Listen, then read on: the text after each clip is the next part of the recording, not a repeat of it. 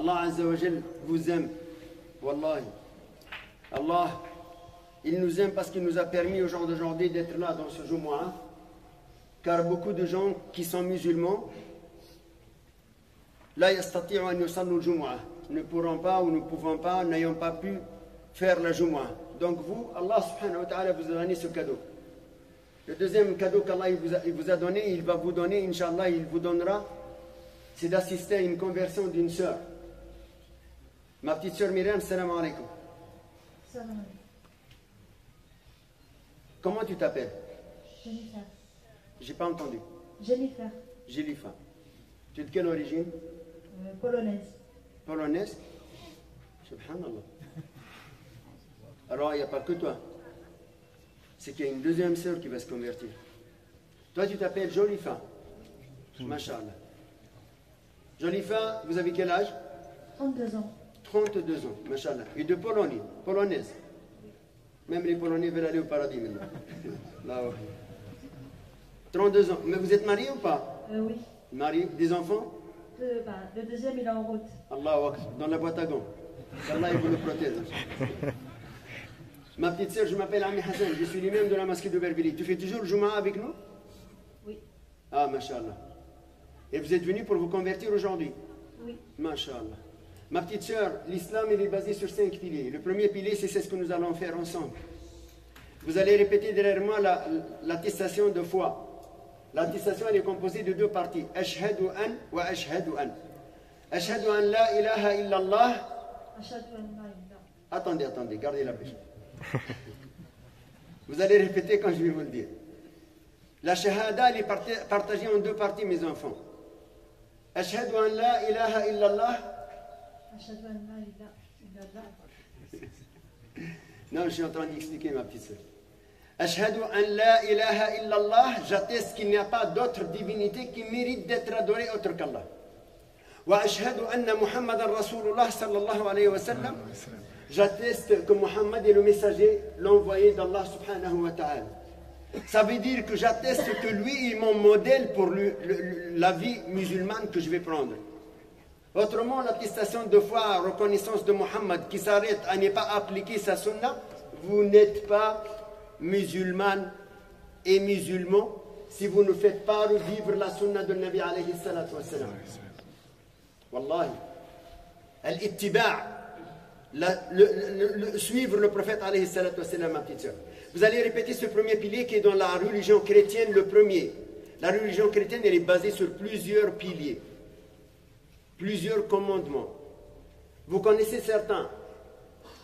Tu ne tueras point, tu aimeras ton prochain comme toi-même, tu obéiras à tes parents, tu ne commettras pas l'adultère. Tout ça, c'est des dogmes chrétiens. C'est des piliers. Mais le premier des premiers, Dieu le dit dans la Bible, tu ne prendras pas d'autres divinités que moi. Pas d'association. Et c'est exactement la ilaha illallah. Nafi wa ithbat. La ilaha, il n'y a pas d'autre chose. Et c'est pour ça que ceux qui sont athées, wallah, ils ont déjà la moitié de la shahada. Ceux qui sont athées, ils disent que non, je crois en rien. Alors, sauf Allah. Tu ne deviens plus athée. Ma petite fille, vous allez répéter Ashhadu an la ilaha illallah wa ashhadu anna Muhammadan Rasulullah sallallahu alayhi wa sallam. Takbir. Allahu Akbar. Takbir. Allahu Akbar. Takbir. Allahu Akbar. Allahu Akbar wa lillahi alhamd. Ma petite sœur, qu'Allah te protège et te bénisse, toi, ton mari, tes enfants et ta progéniture, Inch'Allah, jusqu'au fin des temps. C'est pas gagné, ma petite sœur. Il faut continuer à persévérer dans votre religion jusqu'à la dernière goutte de votre sang et de votre vie. C'est ça. وَلَا تَمُوتُنَّ إِلَّا وَأَنْتُمْ مُسْلِمُونَ. Allah il nous dit dans le Coran, et ne mourrez que soumis à lui. Donc, alhamdoulilah, ça c'est le premier pilier. Le deuxième pilier, c'est la prière. Troisième pilier, c'est zakat. Quatrième pilier, c'est Ramadan. Cinquième pilier, c'est le Hajj. Et nous sommes dans la période de Hajj. Mes enfants, Myriam, est-ce que tu es là? Est-ce que vous pouvez passer à la sœur Myriam, le micro? Myriam? Salam alaikum. Assalamu alaikum ya Maryam. Wa alaykum salam. C'est toi, Myriam, que je connais. Oui, c'est moi. Donc Allah il nous a fait double cadeau aujourd'hui. Au lieu d'une, il y en a deux. Lire Allahu Akbar. Ah, وقال لهم ربي أنا نعطيكم مش واحدة زوز. صلوا على رسول الله. Myriam, ma petite fille, comment tu t'appelles? Marie. Marie. Elle a choisi Myriam. Marie, Myriam. Myriam alayhi salatu wassalam. Celle où il y a une sourate dans le Coran qui porte son nom. Maria. Naam. Maria. Elle a une place chez les musulmans. Mariam, ma petite sœur, Inch'Allah, je vais te demander ton témoignage, s'il te plaît. Est-ce que tu peux nous lire ton témoignage, s'il te plaît? Pour l'amour d'Allah, à voix haute, très, très, très, très, très forte, Inch'Allah, de façon à ce qu'on puisse entendre. D'accord.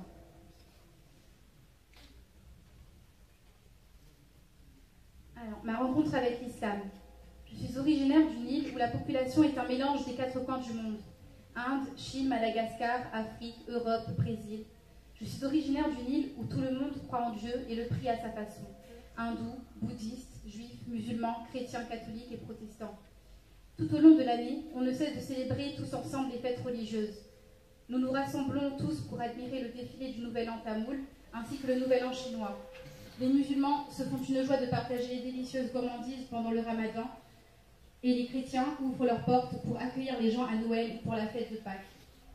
Je suis originaire du Nil où chaque personne, peu importe sa provenance, son métissage, ne se préoccupe de savoir quelle civilisation a été la première arrivée sur cette terre. Cette terre qui est une réunion de culture et de racines, cette île qui est l'île de la Réunion. Une véritable et unique tolérance dont je n'avais pas encore pris conscience, car c'était mon quotidien. Pour moi, c'était quelque chose de normal, quelque chose d'acquis.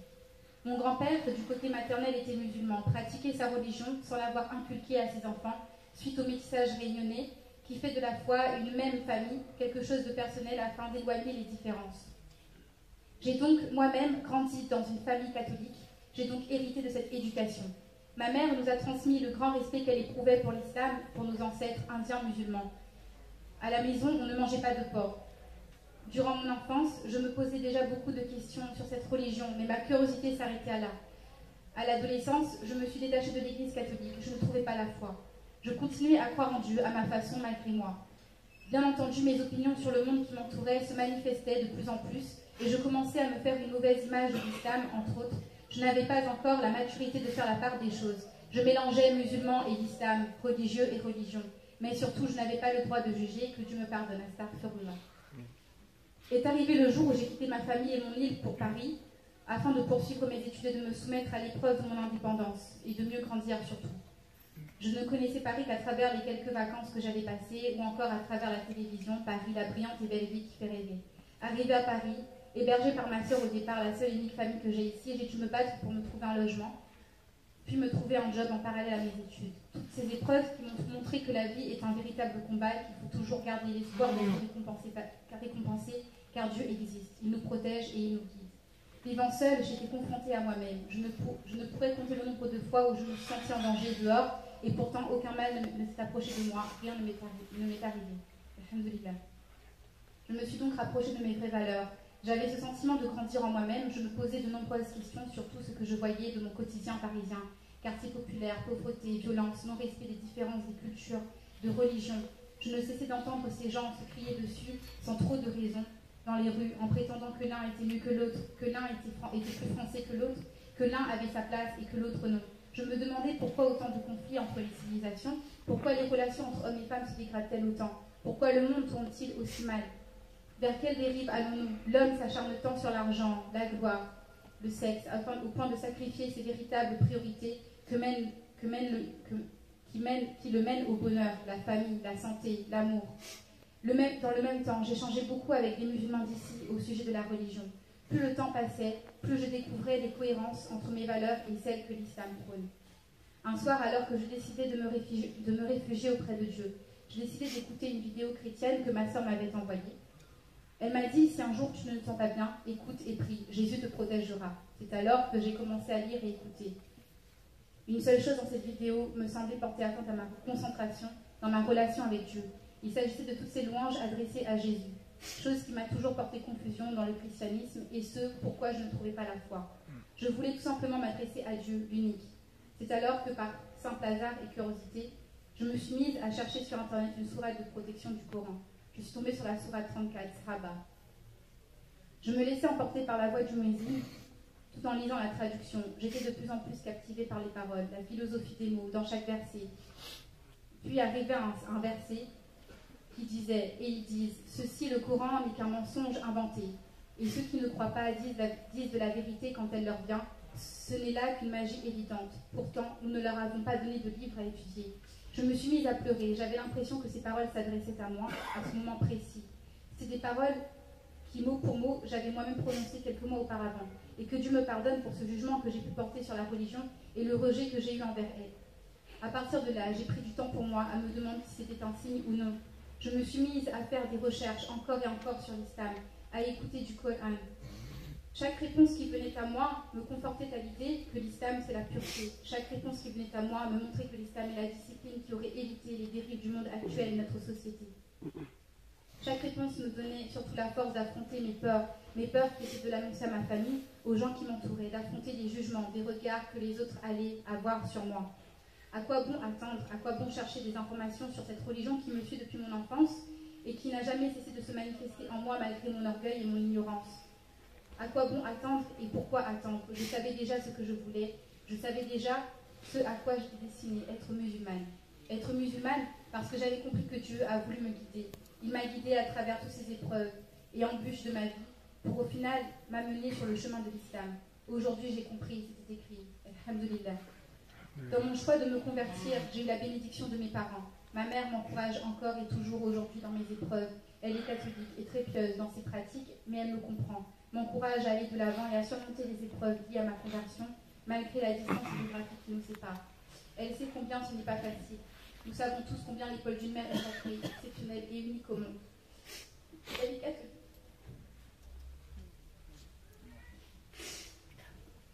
Elle est catholique et pas au bout de ses convictions, car pour elle, nous n'avons qu'un seul baptême. Pour moi, elle est musulmane, elle est soumise à Dieu, et l'amour et la tolérance qu'elle vit sur d'elle sont une force indomptable à mes yeux. Que Dieu la protège et la garde. J'ai perdu beaucoup d'amis, ils ont pris des distances par rapport à mon choix, et me regardent autrement, en me disant tu es pourtant quelqu'un de libre, je ne te comprends plus. Je ne te reconnais plus. Je suis pourtant la même personne. Je me suis tout simplement renforcée spirituellement. Et je pense sincèrement à la chose suivante. Peu importe qu'on me comprenne ou pas, la véritable libération pour moi est la soumission face à Dieu, car c'est le seul et unique amour qui est éternel. C'est lui qui m'a créé, c'est lui qui me protège et c'est lui qui me guide. Comment ne pas lui être reconnaissante? Comment ignorer sa parole et les signes évidents qu'il met sur mon chemin? Mais Dieu est grand, Allahu Akbar. J'ai aussi des amis qui m'ont soutenu, encouragé, musulmans ou pas. Je leur remercie du plus profond de mon cœur. Je remercie et j'en suis reconnaissante à ces personnes qui m'ont accueilli bras ouverts dans cette religion. C'était pour moi la rencontre avec une nouvelle famille. Je remercie tous ceux qui m'ont aidé dans ma foi en étant de bonne compagnie durant le mois de Ramadan, mon tout premier Ramadan. Ces personnes qui se reconnaîtront, qui m'ont tenu compagnie dans mes premières visites à la mosquée. Qu'Allah les garde et les protège. Grâce à eux, aujourd'hui, je suis fière de tout ce chemin. Comme m'a dit une amie, il est difficile de nos jours d'exprimer sa foi dans un monde encore bien hostile. Alors, je prie Allah pour qu'il me guide encore et encore vers le chemin de la foi. Qu'il vous guide à vous tous aussi. Afin que je ne m'égare de la vérité. Qu'il me guide dans mes choix, que ce soit professionnel ou affectif. Afin que je puisse vivre ma foi comme je le souhaite du plus profond de mon cœur, afin que je puisse donner l'exemple d'une bonne musulmane. Je le souhaite à tous ceux qui m'entendent aujourd'hui. Et aujourd'hui, je suis fière de dire, et vous en êtes témoins, que je suis musulmane. Takbir. Takbir. Takbir. Allahu Akbar wa lillahi alhamd. Myriam, barakallahu fik. C'est très émouvant. Plein de messieurs ici pleurent. On est tous en pleurs comme des femmelettes.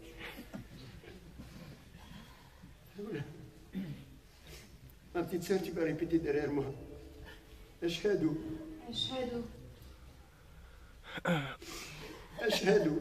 Ashhadu. An la ilaha. An la ilaha. Illallah. Illallah. Wa ashhadu. Wa ashhadu. Anna Muhammadan. Anna Muhammadan. Rasulullah. Rasulullah. Sallallahu alayhi wa sallam. Sallallahu alayhi wa sallam. Takbir. Takbir. Takbir. Allahu Akbar wa lillahi alhamd. Ma petite sœur, qu'Allah te protège et te bénit. Allah yahfazak, Allah t'élève au Firdaus al-A'la. اللهم ثبتها على هذا الدين، اللهم انصر هذا الاسم يا رب العالمين الى يوم القيامه. سبحانك اللهم وبحمدك نشهد ان لا اله الا انت نستغفرك ونتوب اليك. سبحان ربك رب العزه عما يصفون وسلام على المرسلين والحمد لله رب العالمين. Ceux qui ont du temps, ils restent parce qu'il y a un mariage à faire pour un frère ici présent.